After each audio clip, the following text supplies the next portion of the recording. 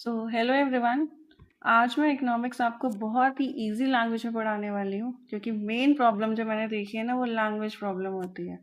सो इसके लिए आज मैं आपको कहाँ लेके जा रही हूँ, on a quick journey to Agra. We are all familiar with the majestic beauty of the Taj Mahal, but today हम ताजमहल को एज अ टूरिस्ट नहीं देखेंगे। आज हम उसको from the eyes of an economist देखेंगे। So economics is divided into two main branches, ये हमें पता है, micro economics and macro economics. Micro हमने पूरी 11th क्लास में पढ़ी है, वो क्या स्टडी करता है, इंडिविजुअल यूनिट्स को, और मैक्रो स्टडी करता है एग्रीगेट्स यूनिट्स को। एक ट्रिक दूं आपको शॉर्टकट, जैसे इधर क्या है, माइक्रो एम आई आई यूज हो रहा है ना, आई आई मीन्स इंडिविजुअल, और मैक्रो में क्या है, ए मीन्स एग्रीगेट। ठीक है, एक शॉर्ट ट्रिक टू रिमेंबर। ठीक है, तो micro is for individual units and macro is for aggregate units. So these branches help us understand how the economy works at the small and the large levels. So to understand this easily, मैंने आज कौन सा example use करा है, ताजमहल का। ठीक है, तो पहले हम पढ़ेंगे माइक्रो इकोनॉमिक्स। तो अगर हम एक वॉल ताजमहल की पढ़ रहे हैं, studying the one wall of Taj Mahal, ये तो ये किसके अंडर आ जाएगा, माइक्रो इकोनॉमिक्स। ठीक है, वन वॉल ऑफ ताजमहल। इस वन वॉल में हम क्या क्या देख रहे हैं, मार्बल कार्विंग्स हैं, फ्लोरल डिजाइन है, कैसा वर्क हो रहा है इसमें। तो एक पर्टिकुलर इंडिविजुअल वॉल को पढ़ रहे हैं, तो this concept comes under the micro economics. ठीक है, so when we study only a small part, it is micro economics. तो micro economics studies individual economic units such as one consumer, one firm, one market. Examples, price of Taj Mahal entry ticket, income of a single tour guide. ठीक है, sale of one souvenir shop. तो ये किसके under आ जाती है, micro economics, individual units के बारे में अगर हम स्टडी कर रहे हैं। Studying the one wall of Taj Mahal, ये किस में आ जाएगा, माइक्रो इकोनॉमिक्स में। नाउ मैक्रो इकोनॉमिक्स, अब ये क्या है इधर पिक्चर में, स्टडिंग दी होल ताजमहल, पूरा ताजमहल, एक पर्टिकुलर वॉल नहीं पढ़ रहे हैं, होल ताजमहल, तो ये किसके अंडर आ जाएगा, macro economics, studying the whole Taj Mahal. Whole Taj Mahal में क्या क्या आ जाएगा, क्यों ऑब्जर्व कर रहे हो, इसमें मेन डोम्स क्या है, माइनोरेट्स हैं जो फोर, ये गार्डन्स हैं, वाटर पूल्स हैं, तो ये सब किसके अंडर आ जाएगा हमारा, macro economics, entire structure and design. ठीक है, तो स्टडिंग द होल सिस्टम, हम खाली एक वॉल नहीं पढ़ रहे हैं, क्या पढ़ रहे हैं, होल सिस्टम, तो वो किस में आ जाएगा हमारा, macro economics. So macro economics studies the economy as a whole. For example, total tourism income from Taj Mahal, employment generated by tourism in Agra, contribution of tourists to India's GDP, government tourist policy, ये सब किस पे impact डाल रही, पूरे economy as a whole पे। ठीक है, एक सिंगल यूनिट की बात हम नहीं कर रहे हैं, टोटल टूरिस्ट की बात कर रहे हैं, पूरे एम्प्लॉयमेंट की बात कर रहे हैं, इंडियाज जीडीपी में जो कंट्रीब्यूट कर रही टूरिस्ट, तो वो किसके अंडर आ जाएगा, हमारा मैक्रो इकोनॉमिक्स। तो studying the whole Taj Mahal is macro, and one Taj Mahal wall, वो क्या आ जाएगा, किसके अंडर, माइक्रो में। सो क्विक रिवीजन करते हैं, डिफरेंस देखते हैं। Meaning, study of individual units micro, and study of the whole economy is macro. Focus इसका कंज्यूमर पे है, फॉर्म पे है, मार्केट में है। जैसे हमने माइक्रो इकोनॉमिक्स में क्या क्या पढ़ा था, ये सब पढ़ा था ना, फॉर्म्स ऑफ मार्केट वगैरह, कंज्यूमर, डिमांड, सप्लाई। सो मैक्रो में अब हम क्या पढ़ेंगे, नेशनल इनकम है, एम्प्लॉयमेंट है, एग्रीगेट डिमांड, एग्रीगेट सप्लाई, ये सारे चैप्टर किसमें आ जाते हैं, हमारे मैक्रो इकोनॉमिक्स में। तो ये स्मॉल पार्ट है इकोनॉमी का, ये क्या, एंटायर इकोनॉमी। तो example, one Taj Mahal wall and whole Taj Mahal. ना बेसिक कंसेप्ट में कुछ आपको डेफिनेशन स्टार्टिंग में ही बता देना चाहती हूँ, जिससे आपका कंसेप्ट थोड़ा क्लियर रहे। First is national income. National income क्या होती है, total income earned by a country in one year. Total income कितनी है हमारी कंट्री की, तो वो for example, tourism from Taj Mahal contributes to India's national income. जितनी भी इनकम हम अर्न कर रहे हैं इन वन ईयर, वो किस में आ जाती है, हमारी national income. Aggregate demand, aggregate मैंने कहा ना, टर्म एग्रीगेट किसके लिए होता है, मैक्रो के लिए, और individual is for micro. Total demand for goods and services in the economy, total demand कितनी है, एक इंडिविजुअल यूनिट की डिमांड नहीं बोल रहे हम, total demand for goods and services in the economy, वो आ जाएगी एग्रीगेट डिमांड में। For example, tourist visiting Taj Mahal demand, क्या डिमांड करते हैं, अगर आप ताजमहल घूमने जाएंगे तो आप पहले क्या देखेंगे, होटल्स, फूड, ट्रांसपोर्ट 7S, ठीक है। तो ये किस में आ जाता है हमारा एग्रीगेट डिमांड में। एग्रीगेट सप्लाई क्या है, सप्लाई कौन करता है, प्रोड्यूसर। तो प्रोड्यूसर के पॉइंट ऑफ व्यू से वो क्या करेगा, total production of goods and services in economy क्या हो जाएगी, एग्रीगेट सप्लाई। कितना प्रोडक्शन हो रहा है गुड्स एंड सर्विसेज का इकोनॉमी में। तो बिजनेस इन आगरा क्या सप्लाई कर रहे हैं, होटल्स है, रेस्टोरेंट्स है, टूरिस्ट सर्विसेज है। तो ये किस में आ जाएगा, supply. Now what is employment, employment studies job creation in an economy, ठीक है। अब इन सबसे जॉब कैसे क्रिएट होती है, for example Taj Mahal tourist provide job for tour guides, ठीक है।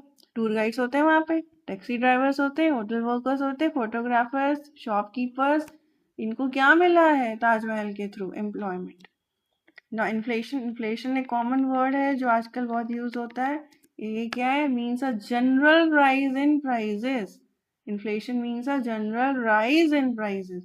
Example, if many tourists visit Taj Mahal, prices of hotels, food and transport may increase. किसी भी चीज की डिमांड बढ़ती है ना तो उसके प्राइसेस भी धीरे धीरे क्या हो जाते हैं, बढ़ने लगते हैं। नाउ क्विकली आएंगे हम basic concepts of macro economics पे। तो first is factors of production.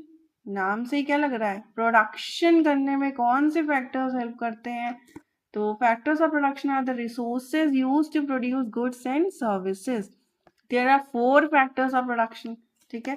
First is land, land नहीं होगी तो हम कहाँ पर प्रोड्यूस करेंगे, लेबर, लेबर की हेल्प से प्रोड्यूस करेंगे। कैपिटल, कैपिटल होगा तब भी हम प्रोड्यूस कर पाएंगे। Man made tools use for the production, इसकी हेल्प से हम प्रोड्यूस कर पाएंगे।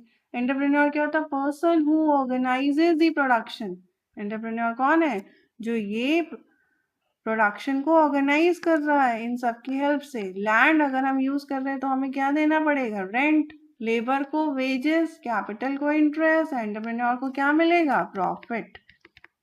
नाउ एग्जाम्पल, अगर हम ताजमहल के पॉइंट से देखें तो लैंड क्या, एरिया, लेबर क्या, वर्कर्स और आर्टिसंस जिन्होंने ताजमहल बनाया है, and capital tools and marble cutting machine जो यूज हुई जिसकी हेल्प से ताजमहल बनाया गया। एंटरप्रेन्योर कौन है, शाहजहां। नाउ पॉइंट्स जो रिमेंबर, मैंने बहुत अच्छे से नोट्स बनाए हैं जिसमें आपको इजी लैंग्वेज में हर चीज प्रोवाइड की गई है, एक एक पॉइंट। तो points to remember, production is not possible without factors of production. अब इनके बिना हम क्या प्रोडक्शन कर सकते हैं, नहीं। Each factor receives a reward, सारे फैक्टर्स को क्या मिल रहा है, रिवॉर्ड। लैंड के बदले रेंट, लेबर को वेजेस, कैपिटल को इंटरेस्ट, एंटरप्रेन्योर को profit. Entrepreneur combines all factors to produce goods. Entrepreneur क्या करता है, कंबाइन करता है all factors to produce the goods. Intermediate goods, अब हम पढ़ेंगे इंटरमीडिएट और फाइनल गुड्स।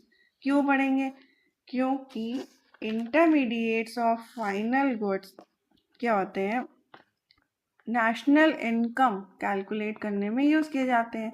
अब अगर हमें डिफरेंस ही नहीं पता होगा तो हम कैसे कैलकुलेट करेंगे। तो final goods are use in calculating the national income.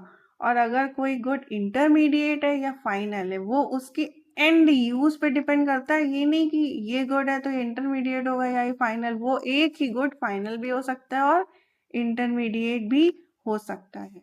कैसे पढ़ते हैं, intermediate goods are the goods use for further production और for resale in the same year. ये हमेशा ध्यान रखना है, ये क्या, फर्दर प्रोडक्शन और for resale in the same year, तो वो हो जाएंगे intermediate goods. These are not directly use by the consumers. For example, wood used to make furniture, flour used to make bread, steel used to make car। तो ये सब क्या हमारे intermediate, क्योंकि अभी इनका हमने यूज करना है फर्दर। ताजमहल का एग्जाम्पल से देखें तो marble use to build the Taj Mahal wall, ये क्या है, इंटरमीडिएट, क्योंकि अब इस मार्बल से हमने क्या बनानी है, wall. Points to remember, use to produce other goods. Intermediate goods जो होते हैं वो use to produce other goods, not counted separately in the national income. Intermediate goods का कभी भी नेशनल इनकम में उसको हम काउंट नहीं करते।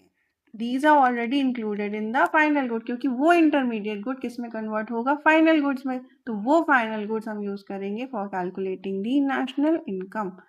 फाइनल गुड्स क्या है? रेडी फॉर यूज, ठीक है, goods ready for final use by the consumers और producers, they are not use for further production. Mobile phone है, कार है, ब्रेड है।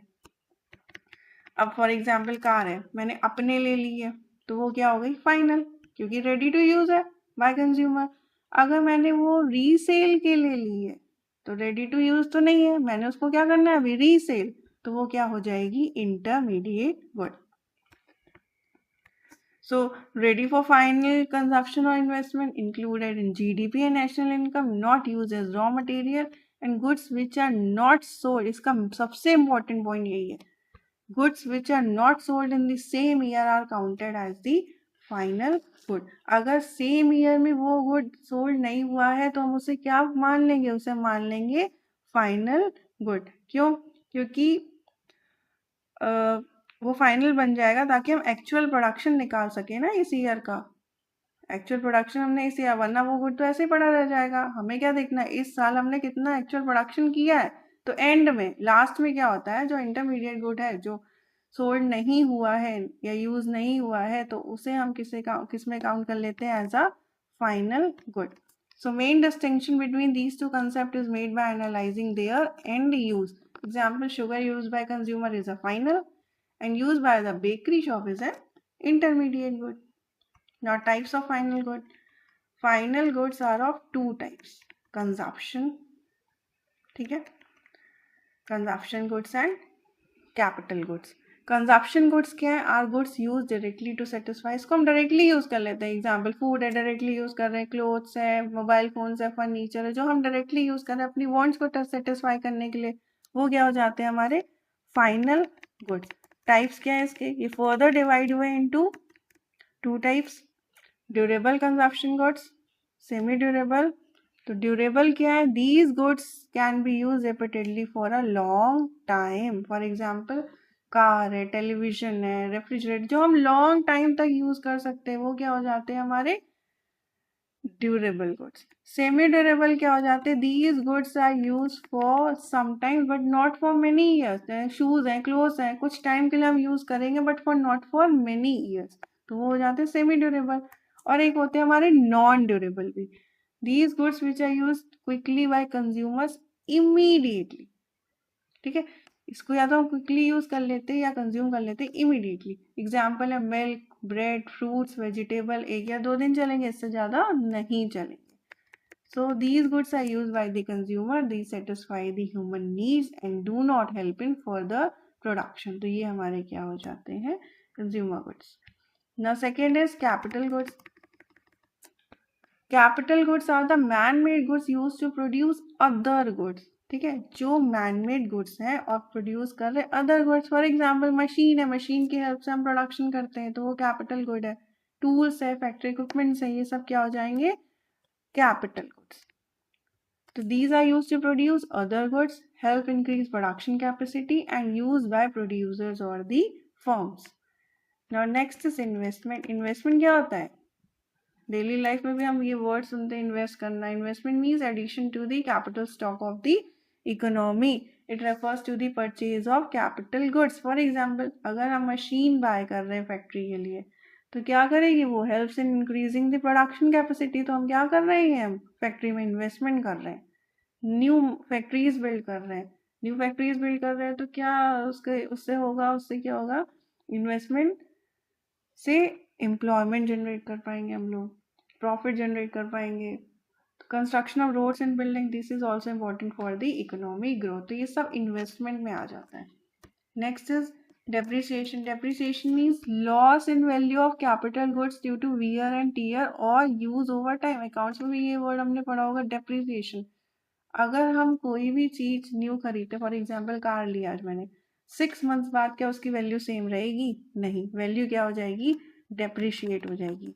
तो उसे हम क्या कहते हैं? डेप्रिसिएशन। तो एग्जाम्पल क्या? ओल्ड मशीन लूजिंग वैल्यू, कोई भी चीज पुरानी जैसे जैसे होगी उसकी वैल्यू भी क्या हो जाएगी? कम होती चली जाएगी। So these are also called consumption of fix capital. Depreciation को हम कंजप्शन ऑफ फिक्स कैपिटल भी कहते हैं। आगे हम न्यूमेरिकल्स पढ़ेंगे तो जहाँ पे डेप्रिसिएशन की जगह ये वर्ड दिया होगा, consumption of fixed capital. reduces the value of capital goods, important in calculating the net national income. Gross एक वैल्यू होती है और एक होती है net value. Gross means purchase and net means present value. तो अगर हमें ग्रॉस से नेट जाना है, फॉर एग्जाम्पल कार मैंने परचेज करी थी 10 लाख की, अभी 6 मंथ्स बाद वो कितने की होगी, डेप्रिशिएट कितना हुआ, माइनस कर देंगे. फॉर एग्जाम्पल 1 लाख डेप्रिशिएट हुआ, तो अब कितनी उसकी नेट वैल्यू आ जाएगी, 9 लाख रुपीज. तो डेप्रिसिएशन की हेल्प से हम क्या निकाल सकते हैं, उसकी net value, net present value. Now quick revision. Factors of production हमने क्या पढ़े थे, land, labour, capital, entrepreneur. These are used to produce the goods. Intermediate goods क्या होते हैं, used to produce the other goods. Final, ready for the final use. Consumption goods used directly by the consumers. Capital goods used to produce the other goods, for example machines.